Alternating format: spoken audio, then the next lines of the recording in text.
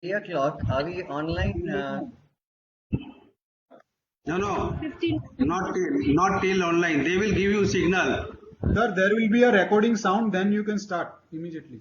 Yeah. You will count, ne? You will count and tell us. Yes, sir. Yeah. Who is there? Sandeep or? Recording has started. Sandeep, sir. Sandeep. Start.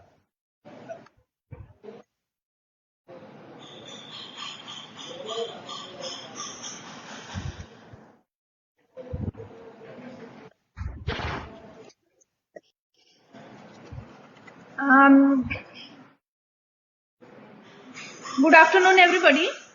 I request Dr. Alpesh to have a few words, and then we start the. I will introduce the speaker, and then we move ahead with this seminar. Dr. Alpesh, sir, please. Thank you very much, Dr. Mandakini. A very good afternoon to all of you. On behalf of Foxy, I extend warm welcome to all of you. As you know, we have started Foxy Digital Initiative this year, and we had declared our 96 webinars, and today this is 26th webinar, 27th webinar, and all webinars are going very well with a good attendance and with good interaction and with very good positive feedback. So I am thankful to all of you for this overwhelming response, and it is really great to see all of you updating yourself regularly. Today we have one of the best teacher of India with us. I would not give introduction, Dr. Mandakini will introduce, but he is the speaker where I usually listen him from first word to last word. So, and today also we have we can say a recent topic, one of the recent topic, preeclampsia. Can biomarker help? Prediction and prevention. So very useful topic also to update ourselves, and let's see what we can apply in our practice from today's talk onward. So with this, once again, I welcome all of you and wish you all of you a great day and a great learning. And I hand over mic to Dr. Mandakini. Yeah. Good afternoon, everybody. Today's topic is preeclampsia, which is and prediction, which is mostly a usable topic. This condition we see quite often. And today's speaker is Dr. Pratap Reddy. Who doesn't know him? He was Vice President of Foxy 1999. He was the President of Karnataka Society. Then he has n number of awards. Like who has got more than 300 publication into his name. And you must have seen going to his lecture and enjoying from, as Dr. Alpesh said, enjoying from first word to the last word. And he has got wealth of knowledge in preeclampsia and biomarkers when people were working on, say, nitric oxide and things like that. He was working on biomarkers of preeclampsia prediction. He has lifetime achievement awards of Dr. Durusa lifetime achievement award, Dr. D.K. Kutty lifetime achievement award. I don't know, sir, you may be going on compiling all those awards into your kitty. And a teacher par excellence. You will enjoy this topic, and with this introduction, I welcome Dr. Pratap sir for his talk. Thank you so much. Thank you very much. Thank you, Dr. Alpesh Gandhi, for having made me talk for you on Foxy, this particular topic. Dr. Mandakini Pradhan for having introduced me. Can you see my slides? Can you hear me? Yes, sir. Yes. Yeah. So the topic given to me by the Foxy is preeclampsia, can biomarkers help? Prediction and prevention. I bring greetings from Manipal, Academy for Education, Nadeem University in Karnataka State, from Kasturba Medical College. Now we all know what is preeclampsia. It is a hypertension after 20 weeks with significant proteinuria. The incidence of preeclampsia is just about 0.5%, but before 34 weeks. but around 1.5% totally. So we need to understand it is a maternal mortality. The cause of preeclampsia, eclampsia, and all complications connected to preeclampsia can kill a woman and also kill the fetus. Now, we have been told for years that the mother can die, the baby can die, abruptio of placenta, renal failure, retinal detachment, cerebral hemorrhage, and so many things. We can have a series of complications with eclampsia. And we also know 17% of the deaths are connected to preeclampsia, hypertension, and connected problems. So, we only taught people saying that the gold standard of diagnosis was proteinuria and the blood pressure means preeclampsia. It is still holding good, but it is a poor prediction. Sometimes we don't even predict. So poor prediction might lead to unnecessary hospitalization. When somebody is just about 140/90, we sometimes admit, but it may not be necessary because she may not be preeclampsia at all. So sometimes it's overlooked. Somebody having preeclampsia may be overlooked completely. So the only treatment we have been talking for years is delivery. Severe preeclampsia, you deliver the baby, things will be all right. That means the placenta is the problem. So when we know the placenta comes out, preeclampsia goes away. So we have to understand all these biomarkers are connected to the placenta. Now let's understand there has been unmet need for a reliable method for the diagnosis and short-term prediction of preeclampsia and for assessing the risk of preterm delivery as well. Now we always thought it's an unpredictable multi-organ disorder. That's what the textbook says. It's a common, dangerous and poorly understood, but we are not like that now. We have understood it a little better because the recent thinking is it can be changed in modern way. That means we can avoid getting preeclampsia to a good amount of percentage, I should say. But understand this anatomy. The uterine artery supplies the uterus and the fetus subsequently. Now look at that spiral artery. At the bottommost, in the nearer the decidua, the spiral arteries are present. And we have been also told that in preeclampsia means it's a failure of trophoblastic invasion to the spiral arteries. That means the spiral arteries remain constricted. Now if you look at this diagram, the right side one is more clear. The cytotrophoblast, the green cells, will actually overgrow the syncytial trophoblast, and when it overgrows, it's called as extravillous trophoblast. The trophoblast is extravillous. The extravillous means the cytotrophoblast will become the extravillous trophoblast, and that will invade the spiral arteries. Look at this little diagram there. The red two lines are the spiral arteries. How this gets into the vessel and dilates the vessel. So if you look at the extravillous trophoblast on the left, on the A and the B is very clear that the extravillous trophoblast is basically the trophoblast invasion into the vessel and thereby making the vessel dilated. That's what should happen in pregnancy, and you'll realize that the extravillous trophoblast invades the vessel and makes it dilated. It is obvious that the dilatation will supply more blood, more oxygen, and the baby grows well, and there is no vasoconstriction, and all these vasoconstriction, if it persists, that woman will get into preeclampsia, IUGR, and all connected problems. Now the pathophysiology is the poor spiral artery remodeling, and we have understood that till now. So look at this diagram. Normal pregnancy, there's a huge dilatation of the vessel because the replacement of the smooth muscle with the trophoblast occurs, and the preeclampsia doesn't happen and it remains vasoconstricted. So vasoconstriction is the main problem of preeclampsia. Whenever there's vasoconstriction, there will be hemorrhage and necrosis of all organs, including the placenta, including the liver, any organ you name except the brain maybe. All organs will have hemorrhage and necrosis. That is why there is a pathophysiology of poor placentation in these kind of preeclampsia. You know, the IUGR, what you diagnose clinically, is the beginning of preeclampsia. I always say both are connected. When you diagnose IUGR very early in pregnancy, you know that the woman may get preeclampsia, high blood pressure subsequently, or the other way around. So both are connected in clinical scenarios in prediction and of course diagnosis. That is why the uterine artery Doppler came into existence. Now the Fetal Medicine Foundation and all over fetal medicine departments will do uterine artery very effectively. But I always realize it's not an easy job. Some of my assistants said it's so difficult to do at 12 weeks, and I agree with them. You should be specially trained in these kind of Doppler evaluation.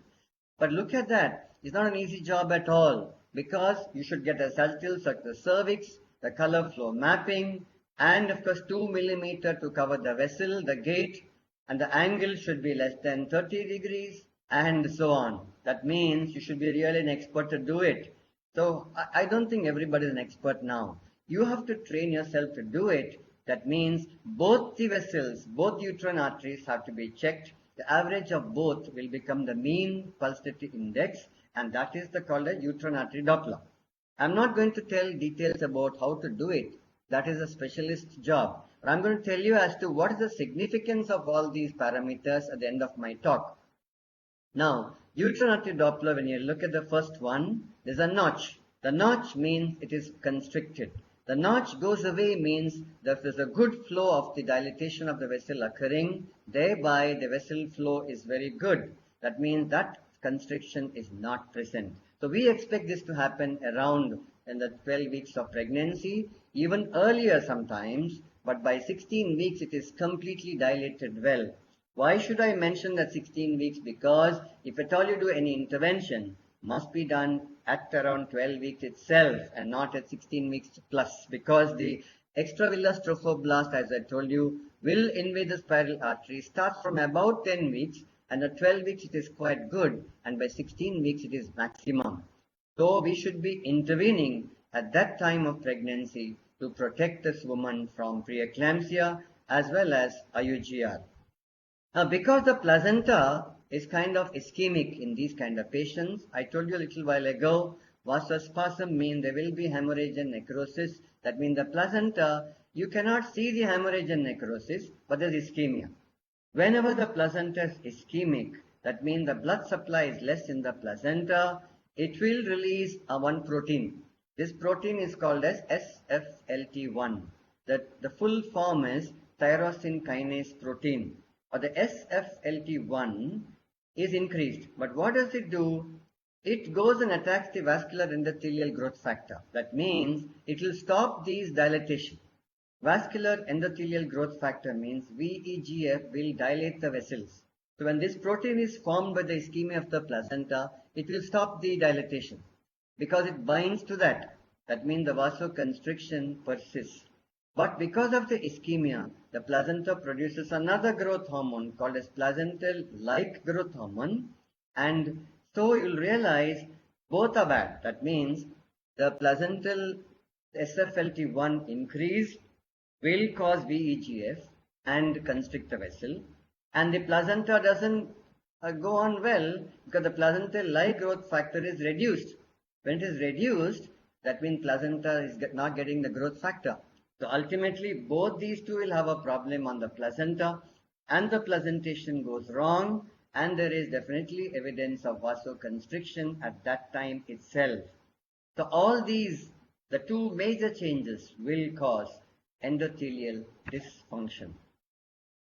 Now if you look at this diagram, the first one is normal, second is preeclampsia. If you look at those little kind of CC-shaped one, they are all basically the SFLT. You will find the second one has more of those round arc kind of things, and the green and the blue ones are all stuck to that. The green ones are the VEGF.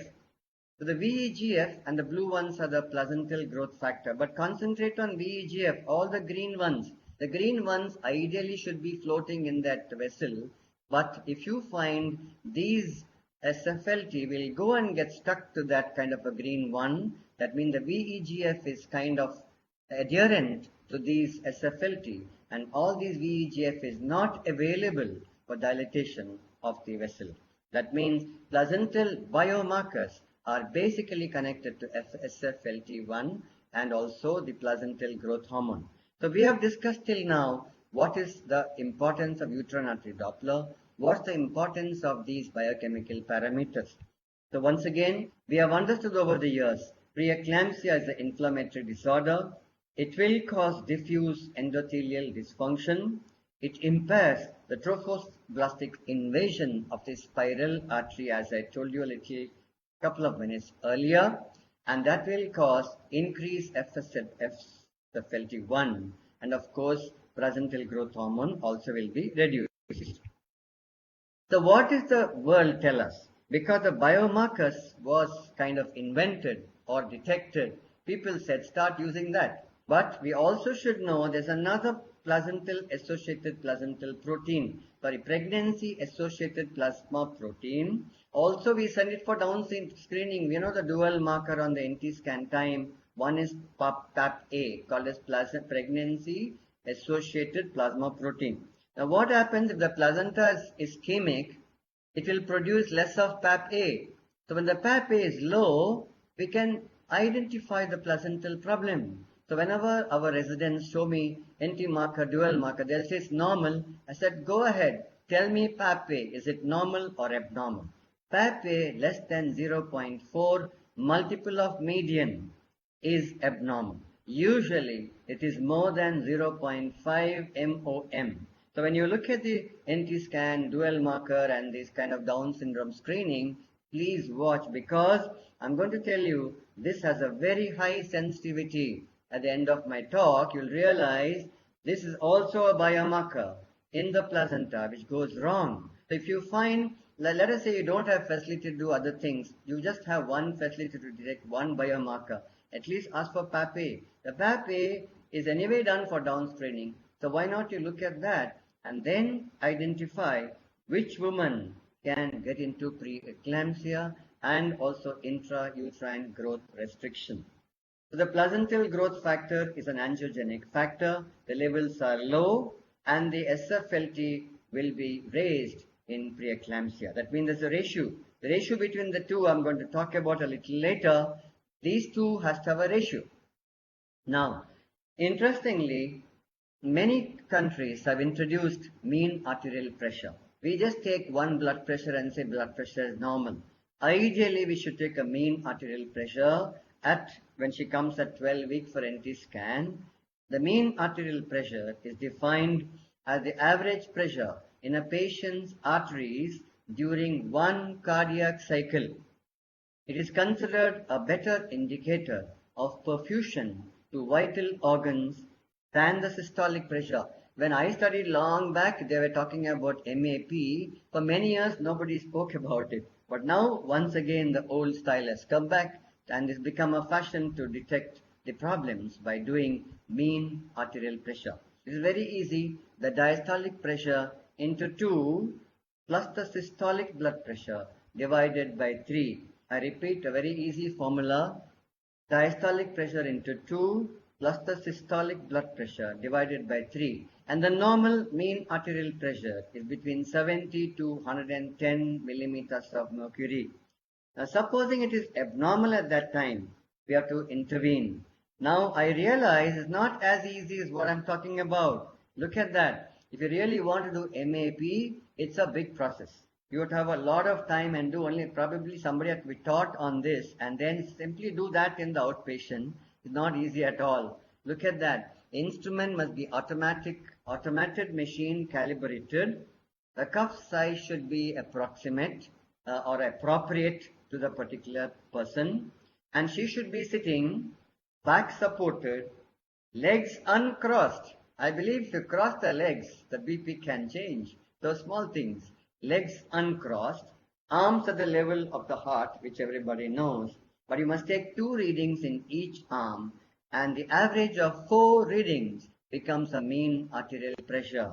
So both arms not crossing the leg, keeping the hand at the heart level, and then taking 2 plus it becomes 4, and it's a big process by itself. However, it is necessary to do certain additional things in our clinical practice and to introduce mean arterial pressure. Now look at that. The combined testing, what I've been talking about, can be done in a high resource setting like in a tertiary hospital. And we sit in a big hospital, we have all the facilities available. That means we cannot be telling this to everybody in the country. So high risk resource setting is like mine. I sit in a medical school, university school, and Dr. Pradhan also sits in a very big reproductive medicine, fetal medicine area. That means everybody sitting in a high level of hospital, I think they should be doing it. A fetal medicine department should do this. That means a combined testing of what I said. So it is also important to take history. Just doing these tests doesn't matter. On the left side, you'll realize, you know, the Afro South Asian are highly prone, and obstetrical history means the first pregnancy she get preeclampsia, and her mother had preeclampsia, or IVF. Initially, I never thought IVF pregnancies are high risk, but now I know all IVF pregnancies are high risk. You know why? Because the placentation is not a natural one. That embryos are growing in the culture medium, and it can have a methylation process different. And the methylation process of the placenta goes different. It's not a normal situation of the placenta, not the normal placentation. Most of my IVF pregnancies have some kind of a problem. They come with threatened abortion, preterm labor, IUGR, preeclampsia. I realize now IVF pregnancy cannot be ignored. We have to treat it as a high risk pregnancy. Somebody having chronic hypertension, diabetes, SLE, everybody knows. That means apart from history. But I spoke about mean arterial pressure. I spoke about uterine artery pulse rate index.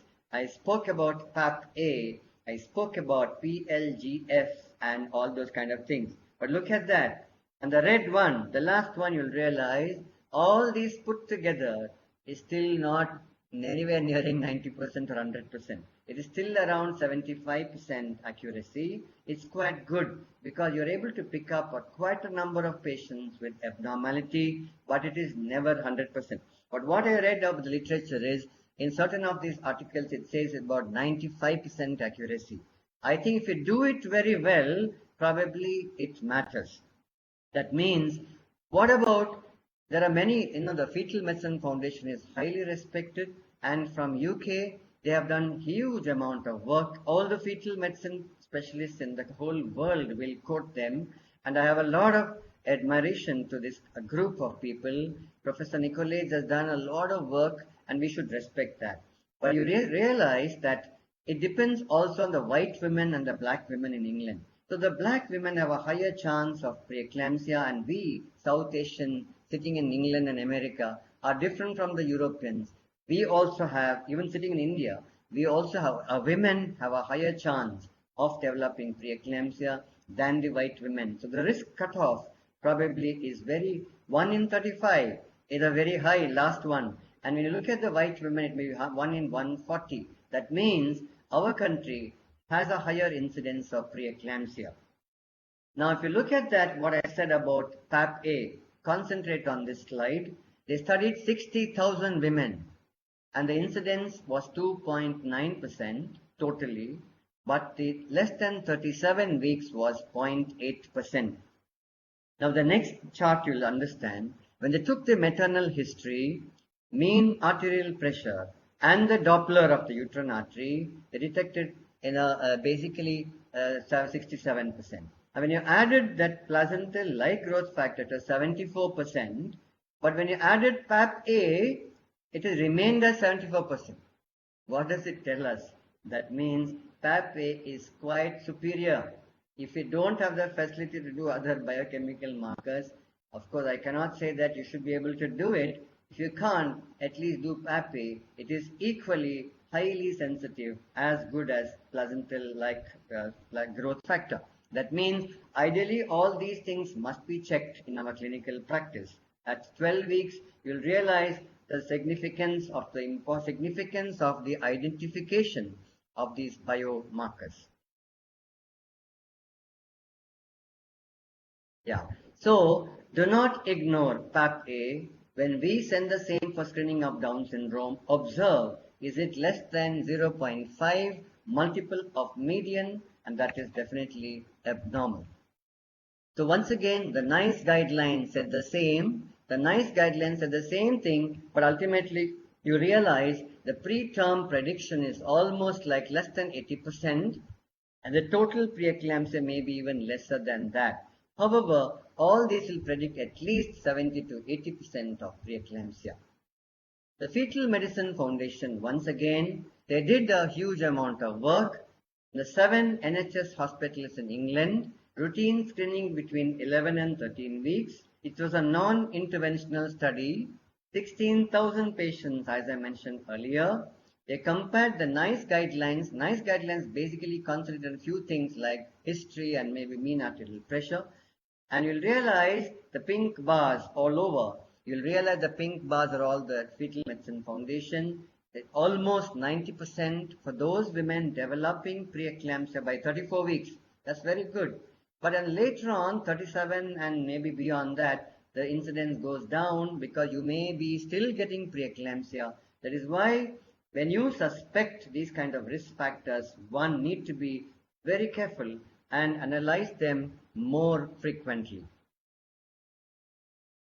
So the dose of 150 milligram of aspirin has been recommended by many authors, many studies, and Fetal Medicine Foundation has clearly said it is 150 milligram. You should start whenever you have a doubt. Start at 12 weeks, finish at 36 weeks, because beyond that they can have sometimes hemorrhage. You should give at bedtime and not in the morning, maybe for several reasons. And of course, the study population had a very good result in this kind of 16,000 women.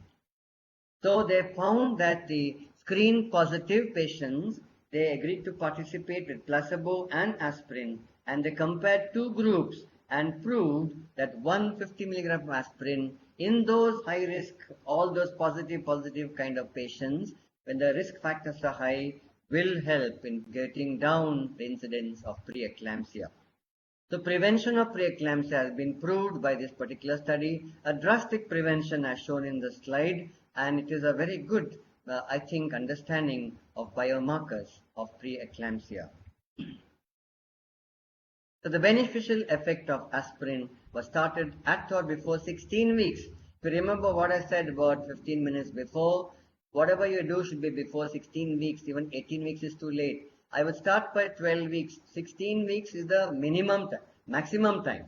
So be prepared to do all these kind of evaluation and start aspirin. In fact, one of my colleagues asked me one question, which I'm coming to a little later. But this particular slide said, the gray box highlights the rate of preeclampsia before 37 weeks of pregnancy, those with aspirin and placebo. That means it's a very effective drug. So the inversion of pyramid. We once thought everything is more towards term, but it's not so. We have the maximum work, homework, and identification of preeclampsia, IUGR, because both are interconnected at 12 weeks. Now the next is you call it an anomaly scan. We call by 19 weeks, but in England I think they call it later because they are not worried about this 20-week cutoff like what we have. They all call them around 20-22 weeks. So we can say 18-19 weeks of gestation is the next test. So when they come for the next test, what do? And at 36 weeks, we all are experts in delivering babies. Beyond that, because there are lots of fetal evaluatory mortality, which I'm not going to talk about now. My colleague asked me, why not give aspirin to all women? It sounded all right to me, but I said no, we can't be giving every drug for everybody. There are 2 reasons, because better compliance if we identify the high risk and we explain to them that it should be beneficial for them to take aspirin, because we have proved something and then give aspirin. The aspirin may also increase the risk of hemorrhagic problems, and treating a lot of people may have a major adverse effect. It is rational that we should screen, identify the high risk group where aspirin would be certainly beneficial, and emphasize to these women the necessity of a high complex.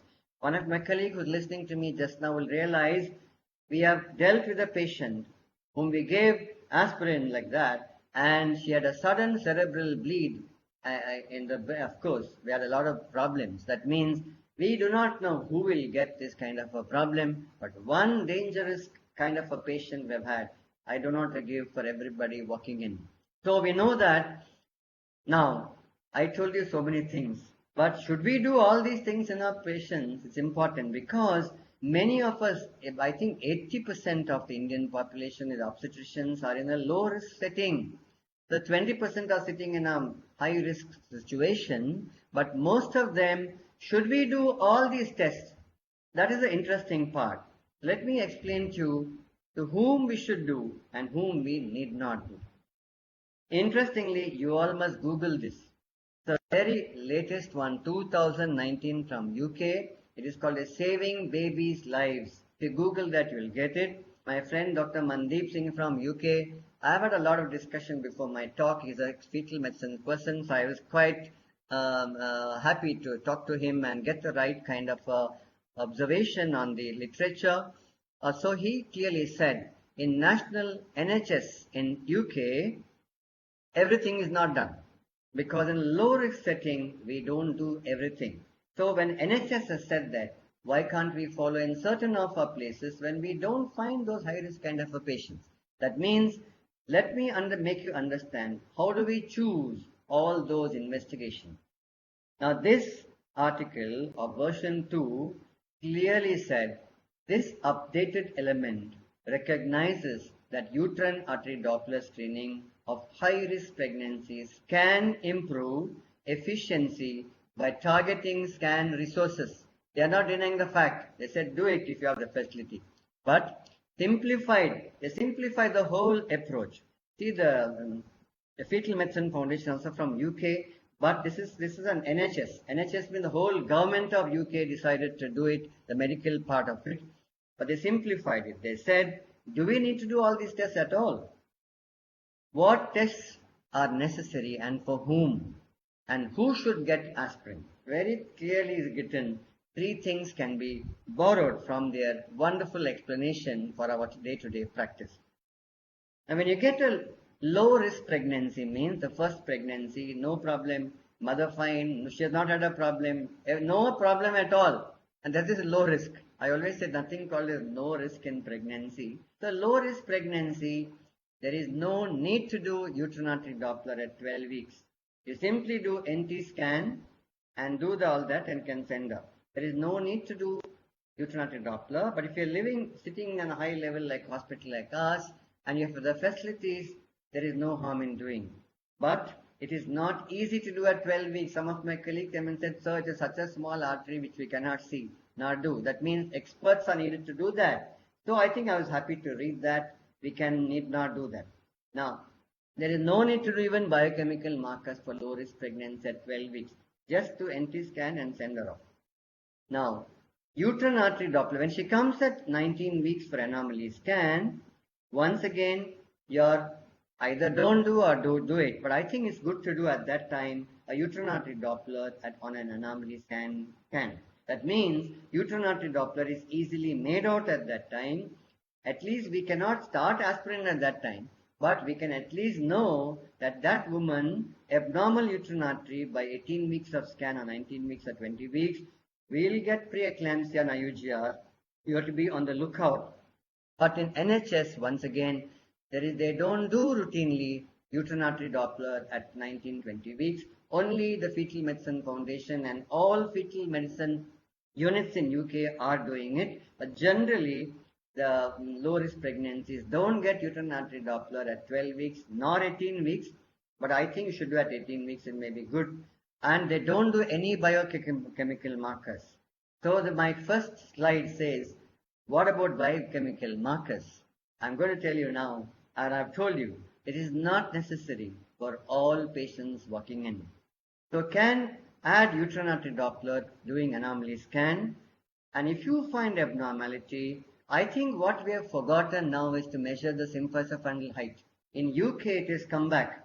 The national NHS has said every pregnant woman, because midwives are managing there, I suppose, but it's good, they're so good. You can, I was doing as a postgraduate in the young staff, but nowadays nobody carries a measuring tape. I think we should reintroduce. Just take the measuring tape and measure like before. You will realize you don't have to do ultrasound often. Then the fundal height is smaller than the period of gestation. Done correctly by a measuring tape will predict problems. That means when the symphysis fundal height is lower than normal, those patients require more scans. That means the 3rd trimester scan need not be done every 2 weeks for these low risk kind of pregnancies. You can decide upon the symphysis fundal height measurement, and of course blood pressure will be taken at that time, and things can go wrong. Supposing something goes wrong, we can detect it at that time. Now when they say, NHS said the moderate risk means the first pregnancy itself is a moderate risk, of course at 40 years. They don't say all the, it is 40 years. First pregnancy at 40 years, pregnancy interval more than 10 years, last childbirth 10 years, don't ignore them. A huge BMI, 35 kg per meter square, family history of preeclampsia in the first degree relative, and multiple pregnancy. If there are 2 of these, they will say it's a moderate risk. When we say high risk, hypertensive disorders during the previous pregnancy and probably the present pregnancy also, chronic kidney disease, autoimmune diseases, and of course diabetes, hypertension, and so on. That means if you have one of them, it comes under high risk. That means low risk means nothing is wrong. Moderate and high risk means by the history. Many times history is not taken at all. That is why I suggest that you should make a chart in every OPD. Tick, tick, tick. People are good in tick, tick, ticking and not thinking in their mind. The mind doesn't work at all. In the busy OPD, you have a tick list. Check, check, check, check, checklist. I think if you say no, no, no, no, no, then she comes under low risk pregnancy. I think we should get in the habit of having a chart in every OPD and tick and no tick kind of thing. And that will be picking up problems very early in pregnancy. There is absolute contraindication to aspirin. That means history of aspirin allergy, hypersensitivity, and of course with known hypersensitivity, everybody knows that. The relative contraindications are somebody has a GI bleed, peptic ulcer, and genitourinary bleed and hepatic dysfunction. So ask the history before you start aspirin. Why I am saying that is NHS summary is very easy to understand. So the risk assessment in the second trimester, as I mentioned to you, because the early FGR means fetal growth restriction is less than 0.5%. You may not pick up at all by 19-week scan. But what we are not watching in the scan is that fetal growth less than the 10th percentile? Please watch that from today, or if you have been watching, I'm very happy about it. Everybody comes and says normal. But I want to know, is it less than 10th percentile growth by 19 weeks? If the growth is 19 weeks less than 10th percentile, she comes under high risk. So you have to call her often. If that low risk pregnancy has a baby weight more than 10th percentile in that 19-20 week scan, then it's fine. Then she is still under low risk. So to further determine the placental risk and the risk of hypertensive disorder, you should check once again the growth of the baby by 19 weeks, and you can also add on uterine artery Doppler. So for women with a normal uterine artery Doppler, the risk of these disorders is very low, and thus serial scanning for fetal biometry can be commenced in the 3rd trimester. When to do is your thinking and your liking, but NHS says 32 weeks. But I think we can start by 28 weeks at least, for pretty sure that everything is going on well. So let me summarize what NHS said that. NHS said version 2, savings baby's life. If you read that, there are 5 things in that. One thing is only what I'm talking about. So please read the 5 obstetrical problems which you'll understand. So low risk, no risk factor, no other test needed, nor any treatment needed. Anomaly scan, if the baby is growing more than the 10th percentile, don't worry, things are fine. And just call her for measurements by the measuring tape, and you can probably do less of ultrasounds. But you should be smart enough to detect fundal height and then probably at least ask for it. So, moderate risk, what I told you, assess placental function once again at uterine artery Doppler time, the anomaly time. And one thing is, for start aspirin by 12 weeks itself. Don't wait for any report to come. All these moderate risk patients, you are not doing the biochemical parameters. You are not even doing the uterine artery Doppler at 12 weeks in NHS, but at least start aspirin. So 150 milligram by 16 weeks is essential, and the serial growth is started according to UK NHS is 32 weeks every 4th hour, 4 weekly. But I would suggest I don't know, our babies are slightly smaller, I'm sure, and though people don't agree, and I think we should do by 28 weeks at least. So I repeat what I said: low risk, no test, no medicine, and moderate. So test only the anomaly scan, and then go on with that. Moderate risk, again, only NT scan, no biochemical markers, no need to do Doppler at 12 weeks, but color at the anomaly scan, you can recheck the uterine artery. But all these moderate risk, you start 150 milligram because we know it's a moderate risk, not a low risk. High risk, again, same story, 150 milligram, add on uterine artery Doppler, and of course, you start calling her earlier for these kind of ultrasound. See, these patients, you can't be doing only symphysis fundal height. That's only meant for low risk pregnancy. All these moderate and high risk pregnancy, you have to do ultrasound. And we are experts in picking up IUGR. I always say, look at the fetal abdomen. Fetal abdomen is less than the 10th percentile, or it is falling from 50th to 10th percentile. It is IUGR. And that woman can get preeclampsia. Sometimes IUGR is detected before even preeclampsia. So if the baby weight at that time is more than the 10th percentile for anomaly scan, again serial ultrasound. But if the baby weight is less than the 10th percentile during the anomaly scan, you have to discuss with fetal medicine people. I'm sure you can refer that to fetal medicine people. They'll start doing so many things like the Doppler and so on. I'm sure fetal medicine people will have another talk separately as to how to manage this. Mine is a very broad outline for a regular obstetrics and gynecology practice. Now, whatever I said, I'll be putting into these, I've directly taken from NHS website. So when there are no risk factors, no prevention is needed. But the yellow one, the moderate risk, like the previous small for gestational age, previous stillbirth, some more things you have to add on now. Current smoker. We think people don't smoke in India, but there are a lot of people smoking. You have to ask that question. And of course, drug misuse and women more than 40 years, all these IVF pregnancies coming at 40, 45 years, they are already in that moderate risk. So in those patients, assess the placental dysfunction by whatever, you can do the dual marker in them. You can also do the Doppler in the 12 weeks itself, or in NHS doesn't say that, but you can introduce in your clinic, but start 150 milligram at that time. The high risk factors are all those what I said about kidney disease, hypertension, SLE, and all those kind of things. PAPA, when the PAPA is less than the 5th percentile, it means less than 0.5 MOM, it comes under high risk. So when the PAPA is low, directly goes into high risk category, and all these patients, you can check the Dopplers and can check all the biomarkers more effectively, but start aspirin. So low risk is easy to manage because 90% are in low risk. So the whole of India need not do Dopplers and this kind of biochemical markers. It's pretty expensive.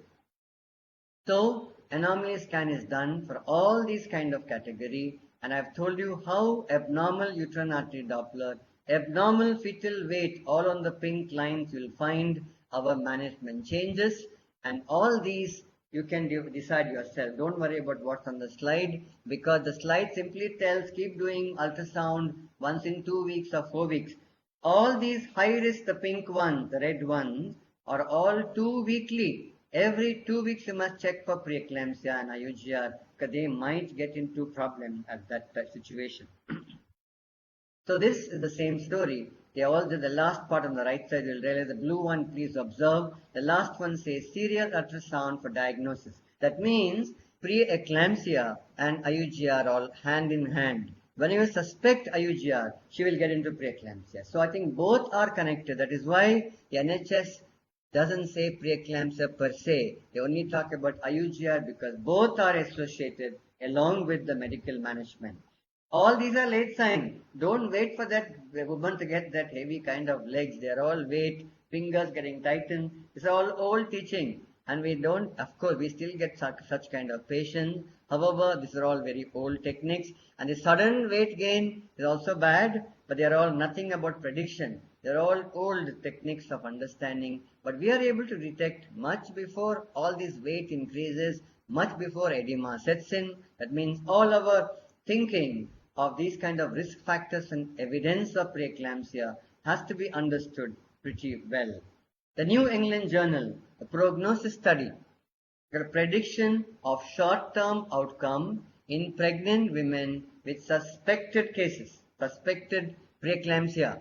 Now it's a huge study. What they did was somebody having hypertension. They analyzed this ratio. Say 28 weeks somebody comes to our hospital with 140/90.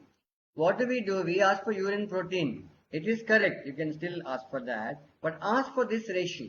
SFLT and PLGF ratio you can ask in the third trimester also. That will predict how many days later she may get preeclampsia. Now what is that?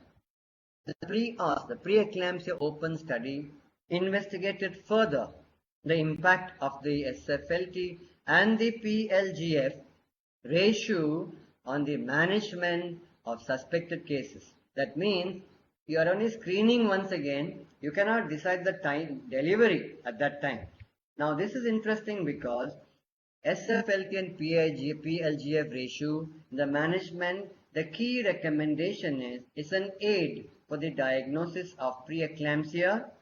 It should not be used in admitted patients nor used to decide the timing of delivery. I still would think you can still do after admission because it's not wrong. In England, they cannot admit so many patients. But I think if you're admitting a 140/90, ask for this ratio because preeclampsia can be detected by albumin for sure. But sometimes there is no albumin. 140/90, no albumin, we actually discharge them. But do this ratio. If this ratio is altered, look at that. If the ratio should be less than 38, that means it's low risk. Then you can send the patient. She will not get preeclampsia because if you wait for 3 weeks, 28 days, only less than 3% will develop preeclampsia. I repeat what I said. Low risk pregnancy comes with 140/90. Albumin is not there. We'll say, okay, discharge. You cannot discharge. Of course, first of all, you don't admit also. Don't admit that patient. You can do the ratio. If it's very low, then don't admit. She won't get preeclampsia. Ask her to come after 3 weeks. Now, if it's 38/85 ratio, it is 20% chance. That means you might ask her to come every week to maybe once in 2 weeks. But more than 85, it is preeclampsia. That means it is, though albumin is nil, she will get albumin soon. That means you don't discharge such patient. Keep her in hospital. So if the ratio is more than 85, half of them will develop preeclampsia in the next 7 days. So I think that patient must be watched carefully and you decide. So whenever you get 140/90 in the outpatient, if your lab is very smart enough to give the report early within 4 hours, you make the patients wait, get this ratio done. The ratio is normal, less than 38, don't admit. That's it. So that's how NHS follows. I think it's very interesting. At least we can do the biochemical markers at this situation, at least to find out when will she get the preeclampsia or not. Nice guidelines. They only harped on the history taking and of course detection rate and so on. I won't waste your time on that. Now look at this. The current practice in most of the hospital is put in red. We take blood pressure, we take the weight, we ask for urine albumin. That's all, first trimester, second, only albumin is asked for. It's all old technique. It's all gone. But 36 weeks we still do the same. It's also gone. That means early prediction is not by doing urine albumin in first trimester and second trimester. That means whatever I said till the last 30 minutes is the one to be followed. You either choose nothing for these low risk kind of pregnancies or you choose for moderate and high risk pregnancies the aspirin, and you choose which category of patients need the Doppler, which category of the patient need the biochemical marker and so on. To summarize, the careful history of the previous problem and the present problem is very necessary. Have a checklist. I always say when you go shopping, you write down tick, tick, tick, tick. Just like a shopping list, you make a list in the OPD and say tick, tick, tick and don't tick. Categorize to low risk or not. If low risk, no need of uterine artery Doppler and no need of biochemical test. You save the patient's money. Fetal growth at anomaly scan. Look for the growth also more than the 10th percentile for a low risk pregnancy. You are very happy about it and you reassure them and call them in the third trimester for either the measurement by the tape or I think the ultrasound if you have no other job. So If other risk factors assess more with uterine artery Doppler and the biochemical parameters can be introduced, however, start at 16 weeks and less than 16 weeks aspirin of 150 milligram in all those moderate and high risk pregnancies. Later in pregnancy, the last couple of slides I told you how we should do the SFLT and the PLGF ratio to assess the start of preeclampsia in that particular woman. I had to get certified by this is sometime back, 8 years back. I wanted to understand how much I know about it. So I went to this online Oxford University, and I don't think it's still there, but I was happy to know that I could at least answer most of their questions, and I was certified almost 8 years back, the evidence-based management of preeclampsia and eclampsia. To conclude, preeclampsia can be predicted by taking multiple parameters apart from a good history of the past and the present pregnancy, because history is so important. All our residents are so fast in taking history. They are doing a brilliant job. But I think add on this tick, tick, tick, tick in your chart next time. Choose the right investigation for the right pregnant woman. The right to survive pregnancy and childbirth is a basic human right. Thanks to Foxy, Dr. Alpesh Gandhi, Dr. Sunil Shah for having invited me for this talk, Dr. Mandakini Pradhan for introducing me, and thanks to all of you. I believe there are more than 3,500 people listening to me. I'm really grateful to all of you for coming. A very big thanks to you. A special greetings from Manipal Academy of Higher Education, our deemed university in Karnataka State. Thank you very much.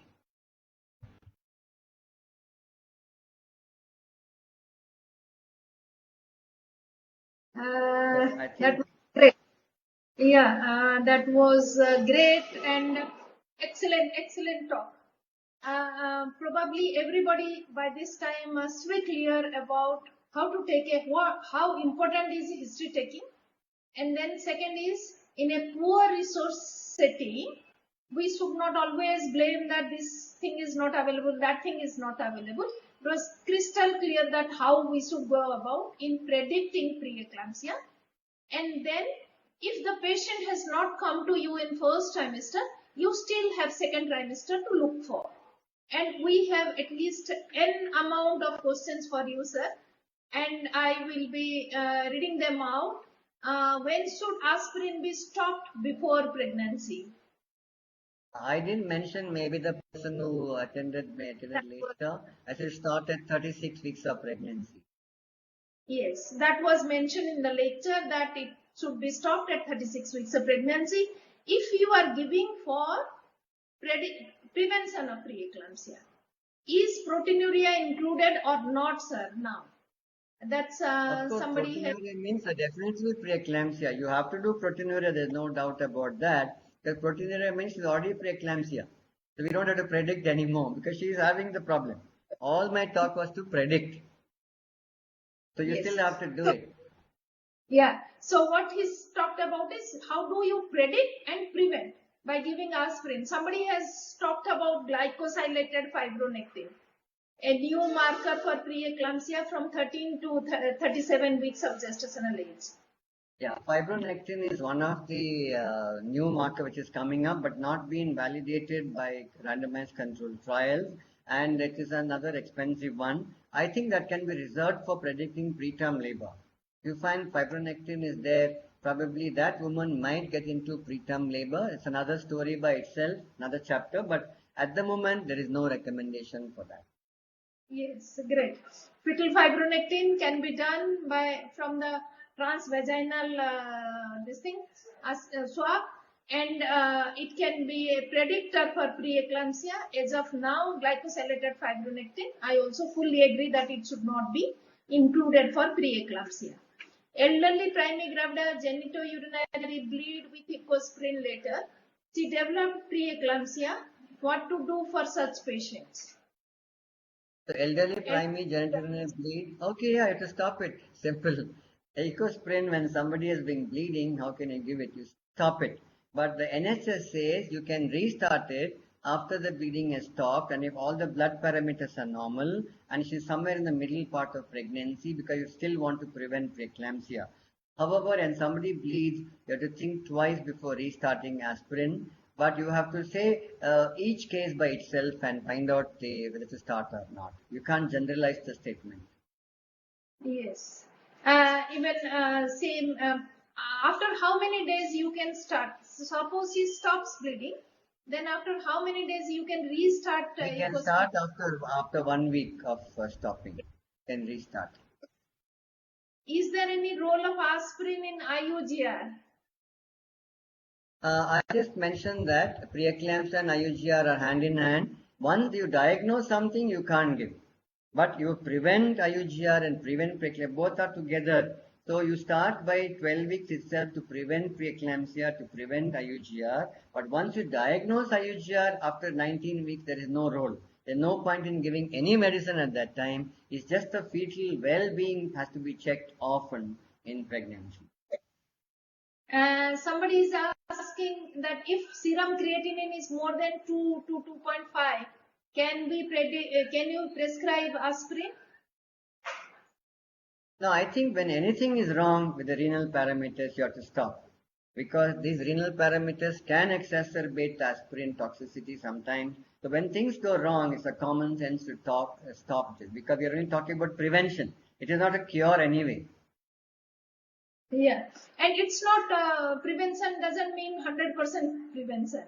It prevents more of early onset preeclampsia than overall preeclampsia, and say studies claim that it prevents around 90% of early onset preeclampsia. So somebody wants to know, many specialists put patient on low molecular weight heparin. Is it justified in preventing PIH? Yeah.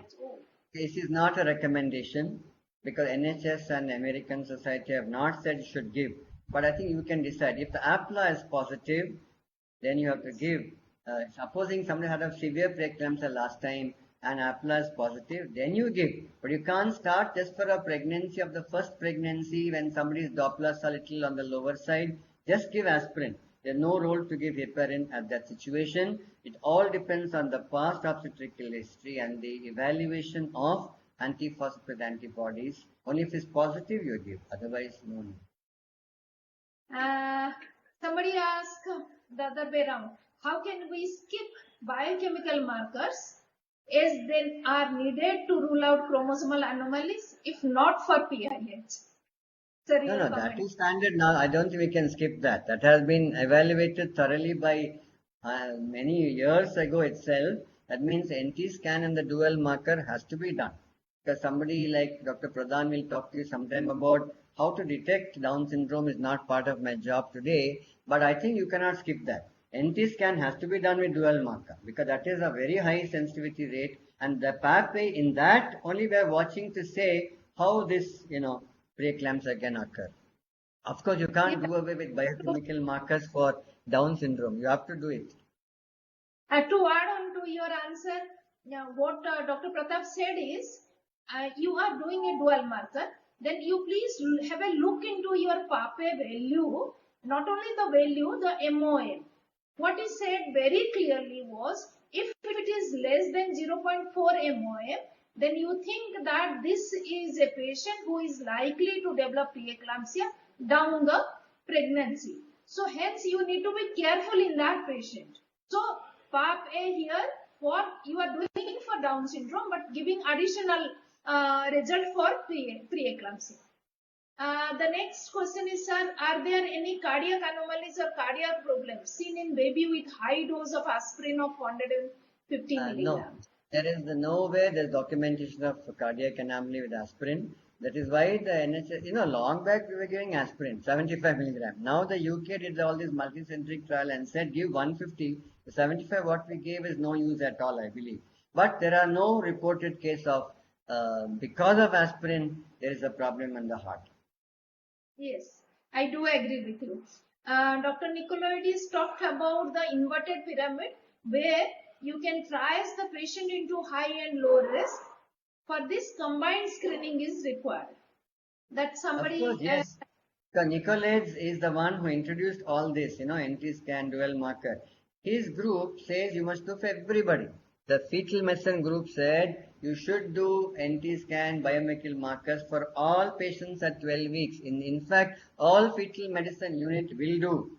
I'm talking about those patients who do not get all the facilities, and even in my own hospital, I may not do for all cases. If I have a low risk pregnancy, one need not do.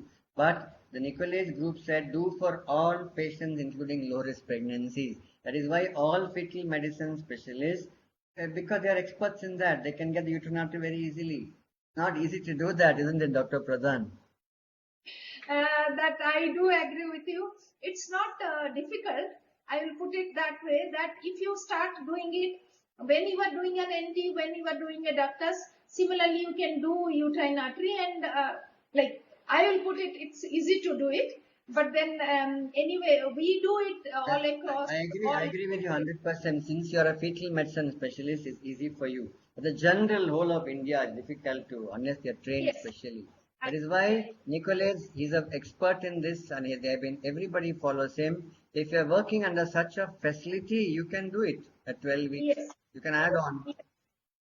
It should not be generalized into this thing. Yes, If correct. somebody has asked very practical, uterine artery Doppler, which parameter, RI or PI? Sir, And I think you are the expert, you can answer that. yeah, that has to be PI of uterine artery, and you take uterine artery on the left side, on the right side, and take the mean of both uterine artery, and that will give you, and go to the side, put your value, then you will get automatically, you will get a risk.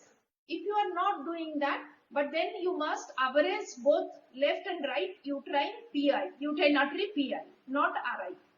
Okay. Then due to COVID, one patient came at 16 weeks, first time, with history of eclampsia in previous pregnancy. What should be done for prediction of this patient? Yeah, 16 weeks is not late. You can still start. See, less than 16 weeks is ideal, but start at 16 weeks because when that borderline, the trophoblastic invasion still is going on.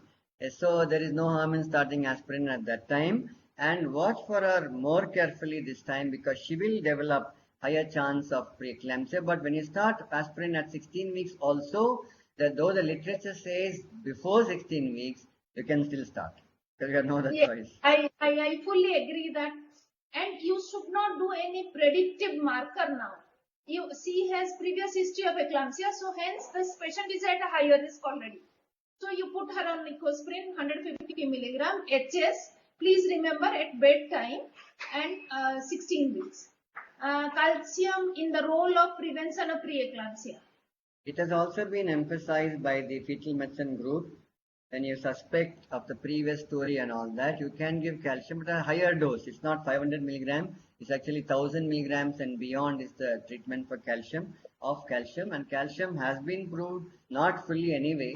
One of the other methods to is to give increased calcium load on these patients.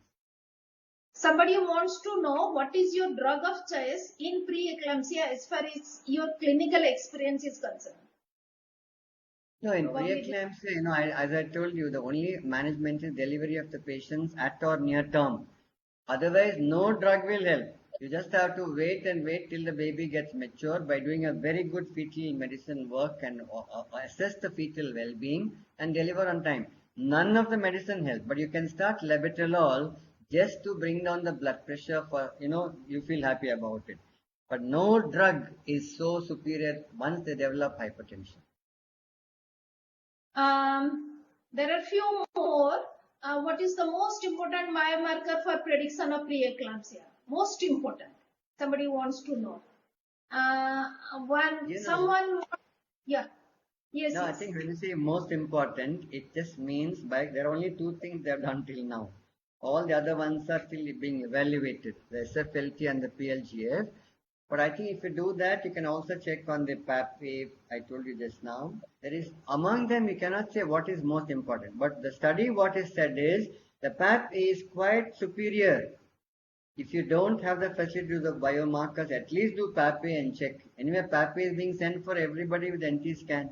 At least check that and decide. In fact, that's what one of my slides, if you're very carefully observing, you saw that there's a graph saying that without PAP-A, the same incident, and with PAP-A, the same incident. Means by PAP-A itself is showing a very good sensitivity.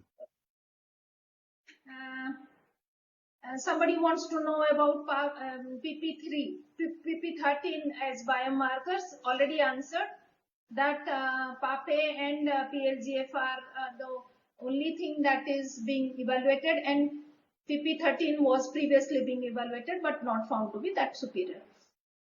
Is there any role of progesterone in IUGR? No, not at all. No role at all. There is no role at all. Progesterone are only meant for preventing preterm labor. But once there is IUGR, nothing works. Somebody says SFLD screening done in blood or serum? Of course, it is in serum itself. Yeah. Oh yes, one is interesting. What is the role of statins, metformin, sildenafil for prevention of preeclampsia? I don't give any of those. I don't practice any of those, hodgepodge kind of a thing. It could be loud But, and clear that we are talking doesn't- about today's talk is on preeclampsia. The person who asked that question should know, because we are talking about preeclampsia, not about PCO patients who become pregnant. There is no role for metformin, statin, or other things because none of them work at all. Don't waste time on giving any medicine for preventing preeclampsia. So the topic is only that. Yeah. If fetal weight is less than 10th percentile at second trimester anomaly scan, shall we not start the allilisranol, which has been God. used in allilisranol. That's a No, I very don't. old word. You know that we haven't heard that for last at least about 20 years. Allilistinol is not to be given in pregnancy. It causes masculinization of the female fetus. It's an old therapy. I know some companies are still doing it. In fact, I always discussed about this point many times. There is no role for LLE. Please throw it off. It's never used in modern obstetrics. Somebody has asked a very practical question that the patient continues to have high BP, a preeclamptic patient in postpartum period. Should we continue labetalol or shift her onto amlodipine each time? Though it was not I part of think this. my topic was not on managing at term pregnancy. I'm only preventing preeclampsia, but I will answer your question. You continue with labetalol, and once you deliver, you can give any drug of your choice. So it's okay. It depends. You can give 2 drugs, you can get 3 drugs, and it will anyway get controlled. Somebody probably slept through. Role of Doppler in preeclampsia. Yeah. I think they should wake up and ask somebody else. Yeah. 95th percentile PAPE or 0.5 MOM. What do we look for it for prediction? And that's what I said. Again, the person is not very attentive for my talk. Less than 0.5 MOM, multiple of median, is not percent. Is a percentile, multiple of median is significant. Yeah. Primary IUI pregnancy twins, double marker normal. Somebody has done a double marker with twins, not mention which type of twin. And do we have to start low dose aspirin? One risk factor is twins. Yeah, whenever there's a risk factor, probably you can think of starting aspirin, though it is not a recommendation in general. But we know the twin pregnancies may have sometimes, if you have diagnosed the chorionicity, sometimes you can choose your medication on that itself. What do you think about it, Dr. Pradhan? No, it should be aspirin should be reserved for those who are at one more factor, like Yes. twins. In addition to factors. that, we got into that moderate risk.